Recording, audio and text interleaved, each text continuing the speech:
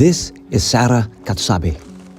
She collects plastic bottles for a living, and this is how she starts her day. While other people from other parts of the world are preparing their breakfast, Sarah is usually seen segregating her gathered trash. Ekyokulya nkifunye kusinziira ssente ze mba nnyingizza. Bwe mba sikifunye era sirya. Njagala kutuula awo.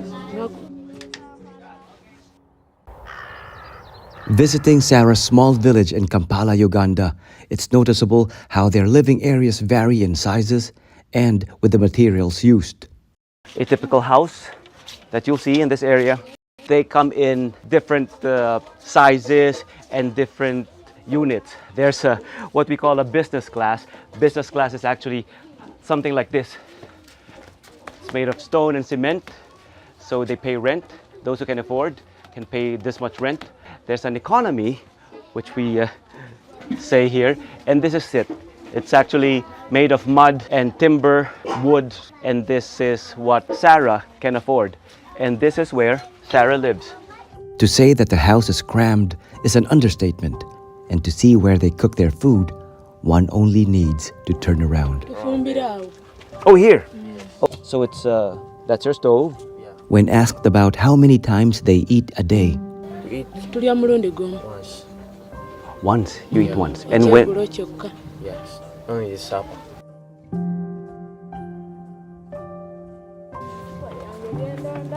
Okay, so this is your sack of bottles.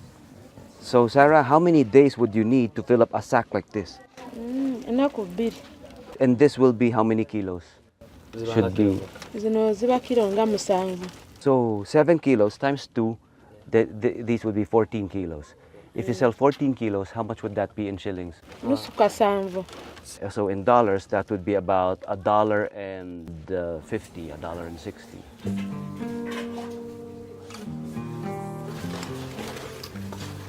Patrick tries to help his mama in every way he can, even in doing household chores like fetching water from the village sewer. This is their source of drinking water as well. Aside from using it for washing and cooking, they also drink this water.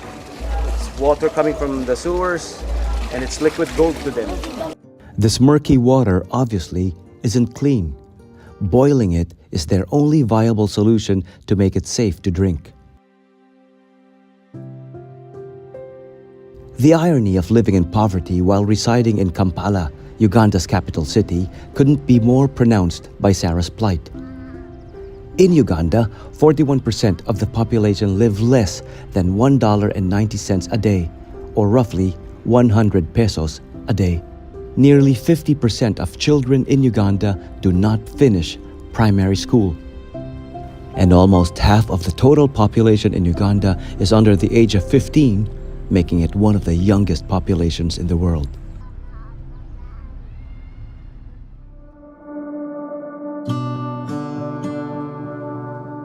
His name is Saulus. In ideal circumstances, one would expect to see him relaxing and enjoying his retirement. But in Saulus's situation, that is simply not possible. The sad reality is that at his age, Saulus still has to work. Ndipo ndi nkazi ndi ana folo. Ndimagwira ntchito ndimakonza zinjinga ndipo ndimagada sopa khomo pa munthu. Zimene zimandidyetsa pa moyo wanga ndi zili zimenezo. Ndili kuno ku Lilongwe. Working 2 jobs in a day with the aim of putting enough food on the table, but still it's not enough to provide for his wife and his 4 children.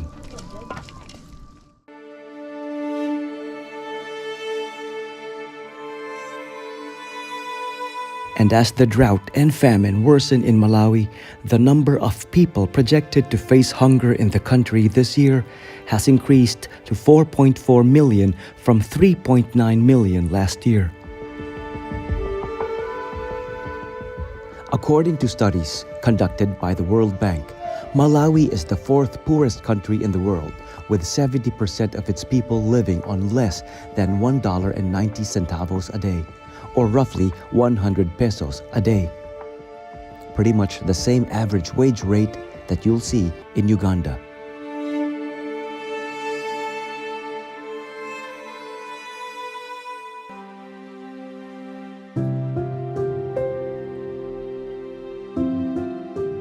Malawi is widely known as the warm heart of Africa because of the generosity and kindness of its people, despite the hardships that they face on a daily basis.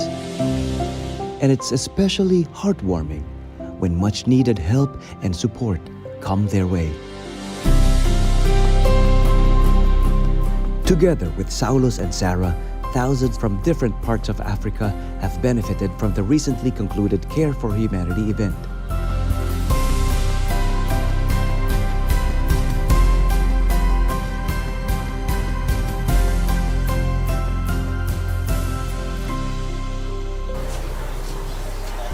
Olwa Church ya Kristo okumpa emmere eno era nze ndi musanyufu nnyo ddala kuba nze mbadde nsula njala nsiimidde ddala.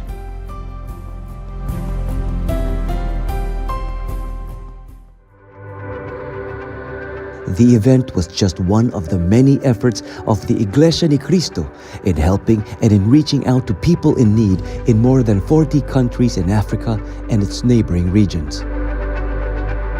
The Iglesia Ni Cristo recognizes the importance of activities like Care for Humanity in giving immediate assistance to the poor people of Africa. But more than just providing food parcels, the Iglesia Ni Cristo conducted several long-term projects in order to provide a more sustainable livelihood. We visited 2 of the eco-farms in Malawi, and we have met some of the Malawians who had the opportunity to finally secure a stable job through the project. My name is William Gama. I'm 48 years old. I'm working at Nakondwa as a task manager. Hello, William. Hello, Tony. How are you? Hi, how are you? I'm fine. I'm good. Welcome to Nakondwa Eco Farm. The Church of Christ bought these 2 farms. More people get an opportunity to come to work so that they can earn their living. My name is Abel Kauma. I'm a water pump operator. Working 4 o'clock in the morning to make sure that the water everywhere, because we use the same water to irrigating the crops. My name is Eunice Kadula, 35 years old. Kumaso amatandiza antujirwa wambiri kuposa bantu candidate. Aside from the 2 bustling farms in Malawi, impoverished residents in neighboring South Africa are now proud beneficiaries of Iglesia Ni Cristo's thriving eco-farming projects. I'm the one who is putting the food on the table. I can provide everything for them from now on because of EcoFarm. I'm so thankful and I'm so grateful for the church. I am thankful and grateful for the EcoFarm and the church for the way they changed our lives. I also get to help at home. These projects that have held strong roots in Africa are positive additions to other livelihood projects initially created by the Iglesia Ni Cristo in the Philippines.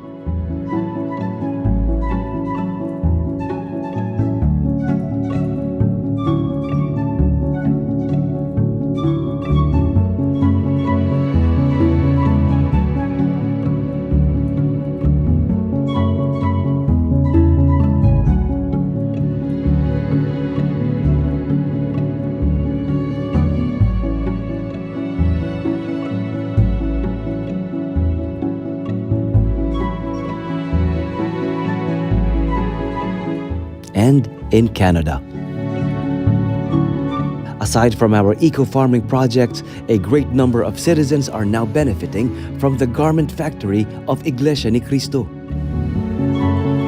I'd like to thank the Church of Christ under the administration of Brother Eduardo Vimanalo for showing love to us. Thank you for eco-farming. Thank you for Care for Humanity. On top of that, we receive the spiritual words, which is the food for our souls, so that after this life we have salvation.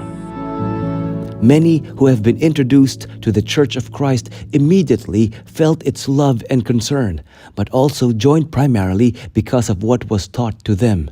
They preach about the Bible. The minister would give us an opportunity to ask questions. All the questions were answered by the scriptures.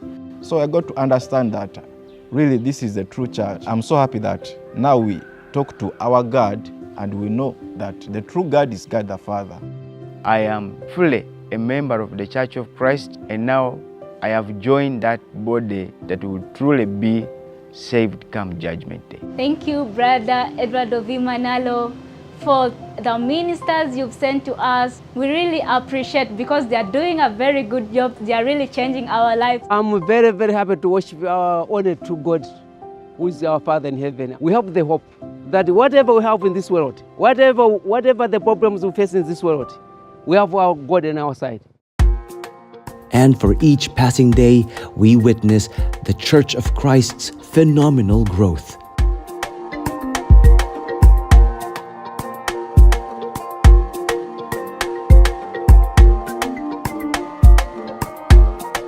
God truly cares for you and me. Starting only from a few hundred to presently thousands of new members. And as life gets harder, so is the intensity to aid others, because we, Church of Christ members, are motivated by faith in pleasing God through helping others in need and making them believe that indeed there is hope for Africa.